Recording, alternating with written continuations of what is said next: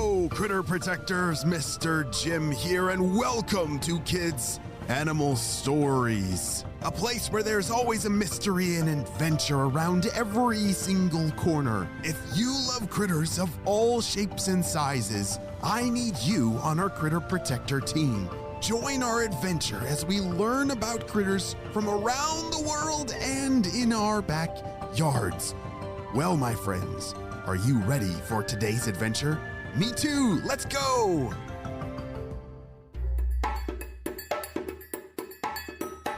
On the last adventure, we met Harvey, Hugo, and Hazel, the little javelinas that were on a big adventure. The boys wanted to escape from their sister and do something fun. Unfortunately for them, fun means breaking the rules and walking to town in the middle of the day. Oh dear. Hazel overheard their plan and decided to follow them. What in the world is going to happen next? I'm not sure, but let's find out. Harvey and Hugo felt like it was taking forever to reach town. They chatted with each other as they walked around shrubs and over piles of rocky soil. I just don't understand why we aren't allowed to go out during the day, piped Harvey. I mean, it's so beautiful when the sun is shining and so warm. Hugo nodded in agreement as he trotted alongside his brother. Suddenly, the crunch, crunch, crunch of their hooves in the desert turned into a tip, tap, tip, tap, tip, tap. The rocky soil had disappeared and turned into something smooth, dark, and flat. Whoa, what is this? Wondered Harvey. Hazel, watching from behind a small shrub nearby, shook her head. Those two are walking right down the middle of the road. They have no clue that a car could come and hit them. What am I going to do? Thinking quickly, Hazel took a deep breath and made a loud growl sound. Urgh. The boys panicked. That sounded like a coyote, squealed Hugo. Run for your life, shouted Harvey. Hazel laughed as she watched her brothers run off the road and into a subdivision. Crisis averted, she said to herself. The boys were so scared they didn't stop to think about where they were going. They ran and ran and ran until their legs were sore and they needed to stop and catch their breath. It was Hugo who spoke first. Harvey? Where are we? And what are all those giant boxes with pointy hats and gaping mouths? Are they going to eat us? Harvey looked up and tried not to panic. He didn't know the answers to any of those questions, so he distracted his brother by suggesting they find a snack. The problem was neither of the boys knew what they were supposed to eat in town. Just then, a delicious smell floated by on the breeze. They turned their heads and saw a large orange ball sitting near one of those giant boxes. Hold on a second. Do you know what the giant boxes are that they're talking about? They're homes. Yeah, a giant box with a pointy thing on top. The roofs? Yep, they're surrounded by a whole bunch of houses. That yummy smell is coming from that orange thing, said Harvey. I'm gonna try to eat it. Hugo was nervous, but followed his brother because he didn't want to be left alone. The boys touched the orange thing with their snouts, and thankfully, nothing bad happened. Next, they licked the orange thing, and nothing bad happened either. Finally, Harvey took a big old bite out of the orange thing. His eyes got wide as he chewed and swallowed. Hugo?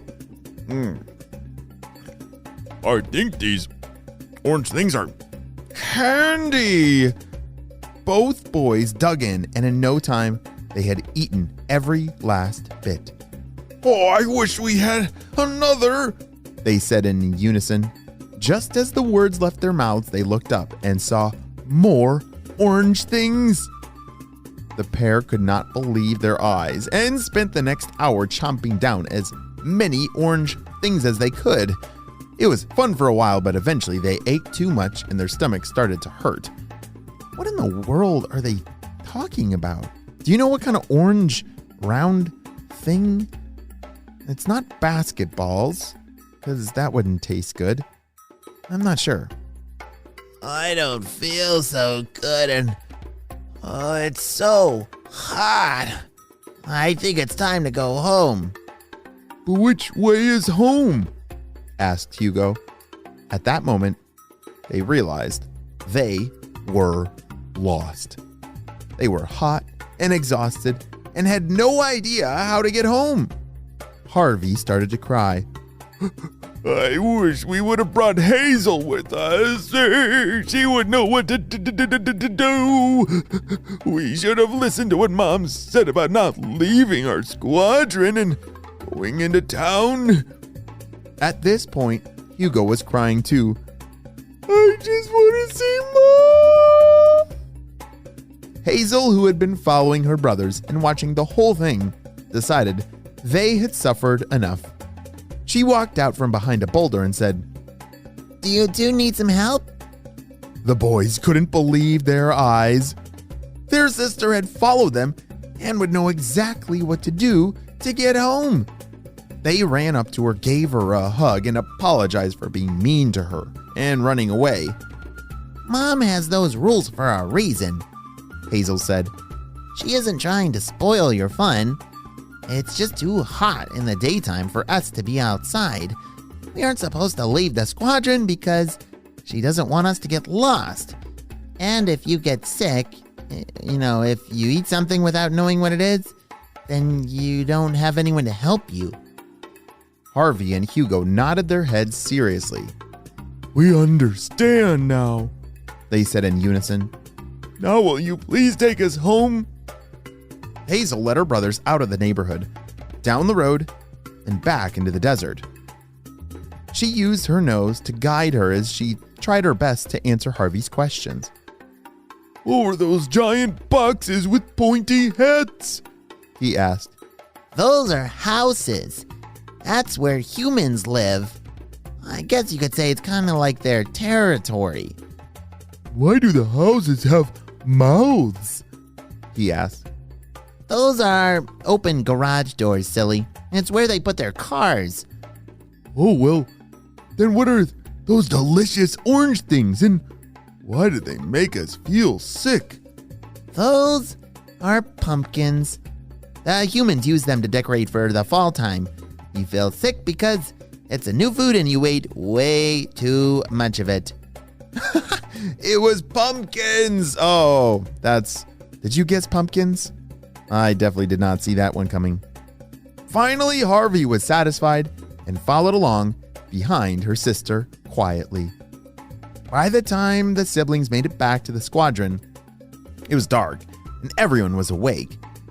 All the other members of their group were searching high and low in an effort to find those 3 missing siblings. Oh, thank goodness! There you are! Shrieked Mama Javelina. Where on earth did you go? I was worried sick. Harvey, Hugo, and Hazel told their mom all about their adventure they had in town. From that day forward, Harvey and Hugo were a lot nicer to Hazel. They liked to listen to her talk about plants and other critters because they knew that information might be important someday and save their lives. The boys were also more willing to follow Mama Javelina's rules. Their adventure taught them that she just wanted to keep them all safe and not ruin their fun. The end. Hey friends, I need your help celebrating a birthday. Drum roll, please. Happy birthday, Frankie, who's turning 6 years old. Frankie has 1 shark tooth. His favorite color's pink, and his class has a pet axolotl named Chocolate Chip. Whoa, that's so cool, Frankie. I'm so glad we got to celebrate you and your big, big day on the show. Happy 6th birthday, Frankie. Well, friends, if you want to have your own birthday shout out where we get to celebrate you on the show, have your parents check down in the show notes below to see how you can make that happen. Well, friends, I hope you all have a super duper day, and I'll see you on our next adventure. Bye!